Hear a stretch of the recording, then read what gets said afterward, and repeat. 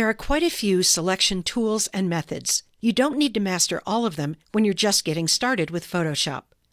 Let's get familiar with a couple of selection tools you'll probably use often: the Quick Selection tool and the Lasso tool. You can give them a try on this image from the practice files for this tutorial or on an image of your own. If you're working on an image with multiple layers, first check the Layers panel to make sure the layer with the content you want to select is highlighted there. Go to the Tools panel and click on the Quick Selection tool. This tool can detect edges of objects based on color and tone, so it will do a lot of the selecting work for you. Let's say that we want to select the mannequin so that we can apply an adjustment to it. Click, hold, and drag across part of the mannequin, and Photoshop automatically selects at least part of it, stopping where it sees an edge. Don't worry if you don't get the whole mannequin on the first stroke. As soon as you make the first stroke with this tool, the tool sets itself to the Add to Selection option, so you can just continue to click and drag over other areas that you want to add to the selection.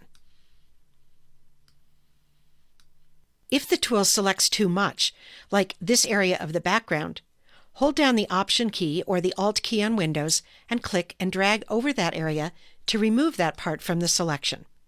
As soon as you release your finger from the mouse or the trackpad, the Quick Selection tool goes back to the Add to Selection mode, so you can drag over any other areas you want to include in the selection, like this area up here.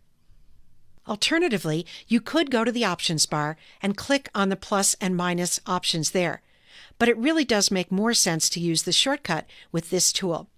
One reason is that you may have to go back and forth a few times, as in this area here where there's not much contrast between the background and the mannequin. So with my finger off the mouse, I'll add to the selection by dragging along this edge, and then I'll hold the Option or Alt key and I'll subtract from the selection.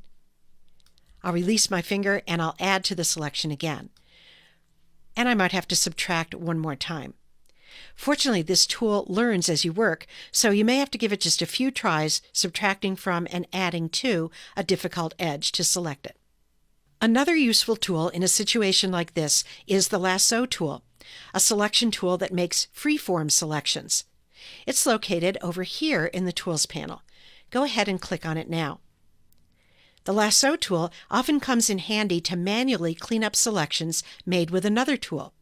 And yes, you can use more than one selection tool to complete a selection. The first thing we need to do is go up to the Options bar for the Lasso tool and switch it from its default to its Add to Selection option. Otherwise, if we were to click with this tool at its default setting, we might lose our entire initial selection. If that does happen to you, just use the Undo or Step Backward commands to try to get your selection back. So I'll click on the Add to Selection option, and then I'll move into the image, and here I see a small area that I didn't manage to get with the Quick Selection tool. I'm going to carefully click and drag along the edge,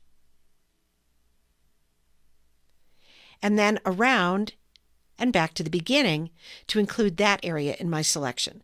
You can also subtract from a selection with the Lasso tool. To do that, go back up to the Options bar and click the Subtract from Selection icon. Then I'll move into the image, and here I want to remove this small area, so I'll carefully move along the edge, all the way around, and back to the beginning. So with this selection, I'm going to apply an adjustment. I'll go up to the Image menu, and I'll choose Adjustments and Brightness Contrast. And in the Brightness Contrast dialog box, I'll drag the brightness slider over to the right to brighten just the area that we'd selected, the mannequin. And I'll click OK to accept that. Finally, go to the Select menu and choose Deselect, or use the keyboard shortcut Command+D on the Mac or Control+D on Windows. If you want to save a copy of this image without saving over the original, use the Save As command from the File menu, as we've been doing throughout the tutorial series. So that's an introduction to two very useful selection tools, the Lasso tool and the Quick Selection tool.